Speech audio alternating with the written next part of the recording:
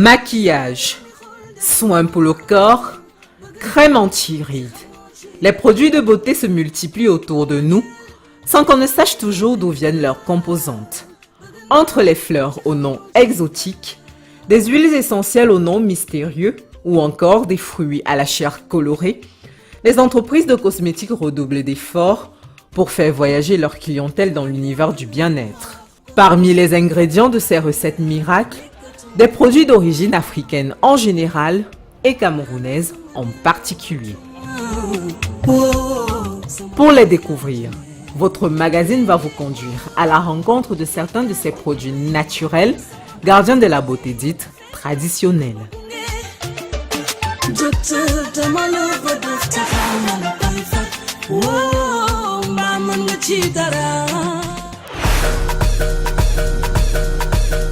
Afin de nous imprégner des astuces de beauté dites traditionnelles, nous nous sommes rendus au quartier Briqueterie à Yaoundé. Ici, 80% de la population est d'origine sahélienne et donc fortement ancrée dans sa tradition, d'où notre intérêt. Cependant, à la vue d'une caméra, les promotrices de la beauté septentrionale du Cameroun sont moins accessibles. Nous sillonnons dans les ruelles de ce quartier mythique en caméra cachée. Là, on fait les dessins avec le henné.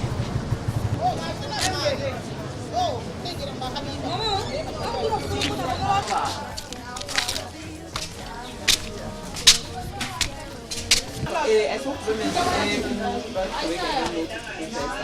où a fille qui t'avait vu? Oh, bon, Junior.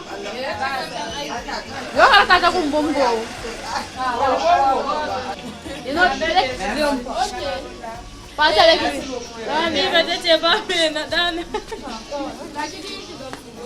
En raison de leur obédience religieuse, difficile pour nous de percer le mythe de la beauté traditionnelle. Cependant, certaines d'entre elles, ici au quartier de la Brique à Yaoundé, ont collaboré avec nous.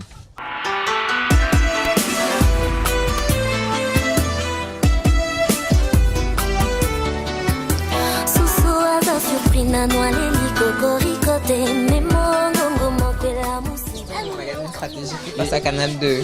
On fait un gros dossier sur la beauté. Donc on a d'abord fait un reportage sur la beauté, les mèches, tout, le maquillage, tout. Maintenant on s'intéresse à la beauté naturelle. Au terme d'une négociation, nous réussissons à convaincre Amina. Âgée de 17 ans, elle dessine grâce au henné des parures de toutes sortes sur les femmes. Dextérité, précision et originalité sont ses maîtres mots. Son art inné utilise des produits locaux et des techniques rudimentaires avec un tarifaire allant de 500 à 20 000 francs CFA. Son activité est boostée lors des fêtes religieuses et lors des cérémonies de mariage. L'utilisation de l'huile de palmiste pour rehausser notre parure suscite en nous des interrogations sur l'existence d'autres substances naturelles. Quelles sont-elles? Quel est leur apport physiologique et combien rapportent-elles? Pour les découvrir, cap au Festival national des arts et de la culture de 2016.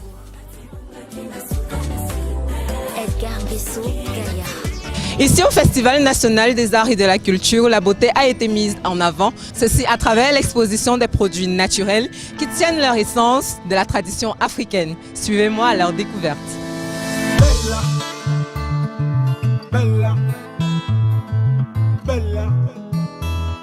Dans cette ambiance folklorique, nous faisons la rencontre de Marie-Jeanne Ndongo.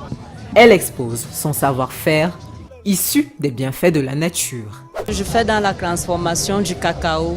Nous fabriquons le beurre de cacao et avec ce beurre, nous pouvons faire des savons de toilette. Donc là, nous avons le savon de toilette 100% beurre de cacao.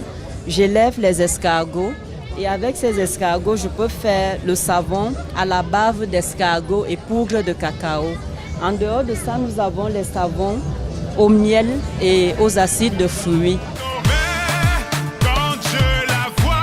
Pour entrer en possession d'un de ces produits, il faut débourser la somme de 2000 francs CFA pour une production mensuelle de 3000 savons, dont un chiffre d'affaires estimé à 6 millions de francs CFA.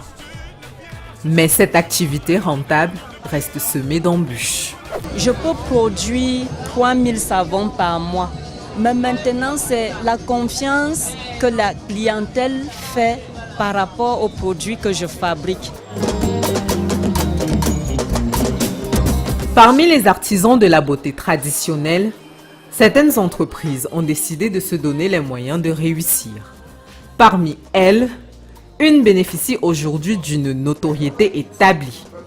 Inspirée de l'immensité des richesses et traditions africaines, Chouanta est un safarine national, véritable concentré des 10 régions du Cameroun. Un projet ambitieux porté par le docteur Jean-Jacques Wounfak, qui a su exploiter les secrets de la beauté africaine afin de contribuer à valoriser les produits du type hyponyme. Là, c'est la poudre de cacao. Et c'est des produits-là, ils sortent d'un gic. Je travaille avec un gic, celui-ci, c'est Tropical Forest. Bon, on peut faire des poudres de mangue sauvage pour baumer le cacao qu'on utilise également. Ici, vous avez le padouk. C'est très connu à l'ouest parce que c'est ce qu'on utilise dans les rituels de Reine-Mère. Et on l'a beaucoup intégré. On l'a intégré dans toute la gamme Reine-Mère qui est quelque part par là. Là, ça vient du nord. On fait travailler des femmes qui nous font le nîmes. Le padouk que vous voyez, qui est sous cette forme, sous la forme poudre, tu peux m'enlever là. Il est en poudre comme ça, mais il est salissant. Parce que notre souci aussi, c'est rendre propre. C'est-à-dire qu'on l'utilise traditionnellement, mais qu'on puisse ne pas l'utiliser en ville sans problème. À l'ouest, quand les chefs rentrent dans le lacam ou les reines-mères, elles s'enduisent de peau avec ça tous les soirs, et puis ça affine la peau, ça joue sur le teint et autres. Donc voilà les produits sur lesquels on est en train de développer. On partira sur une crème, avec parce que le principe c'est se laver avec, donc on fera aussi un gel douche pour cela. Donc on va étoffer la gamme reine-mère, qui sont des produits de chez nous. Voilà, et puis on a le beurre de cacao aussi, qu'on utilise. Pour l'instant, les rendements ne sont pas très bons et le prix est encore assez cher.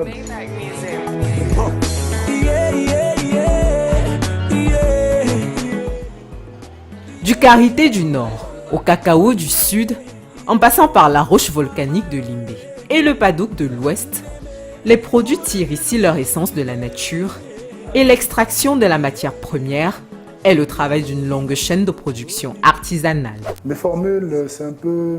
Je garde toujours l'esprit de rencontre. J'ai été formé à la modernité, à fabriquer des choses sur un plan moderne, qui est indispensable aujourd'hui. Et j'ai une matière qui est noble chez nous, qu'il faut dépouiller en gardant l'esprit.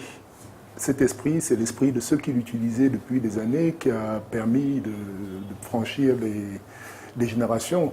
Et maintenant, le ramener sous forme acceptable, tout en gardant au maximum, en préservant au maximum l'esprit de départ.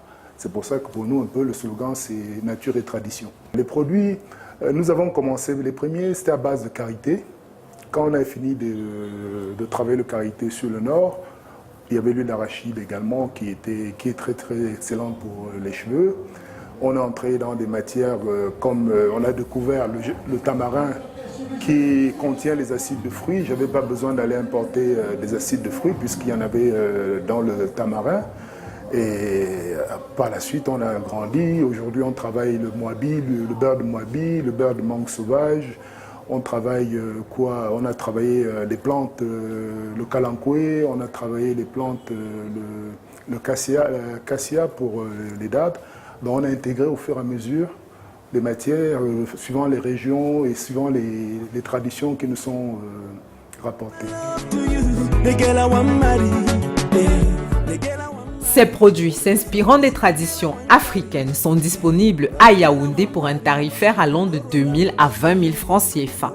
Cependant, les difficultés liées à la production et à la concurrence des produits importés rendent difficile leur réinsertion dans le marché des cosmétiques camerounais. Je travaillais comme assistante chez une dermatologue et elle m'avait toujours dit que les produits Chouanta étaient des très bons produits.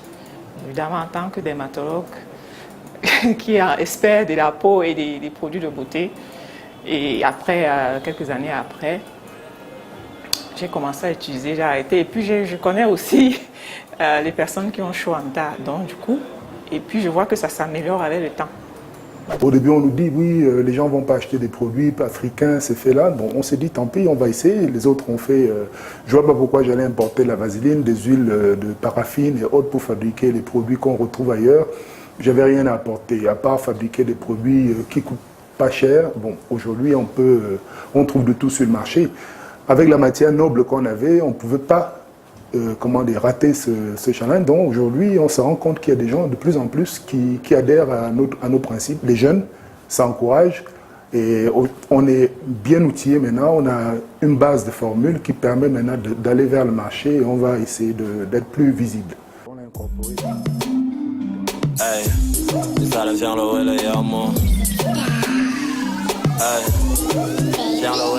Toutefois, avec le sentiment de retour aux sources qui émerge de plus en plus en milieu jeune, l'espoir de vulgariser la beauté au canon des traditions africaines est avéré.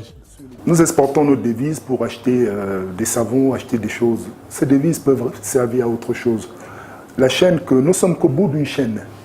Les mamans qui font le karité, qui me vendent le beurre de Moabi, elles sont en brousse.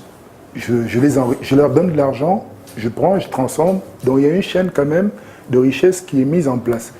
Si on ne se tient pas par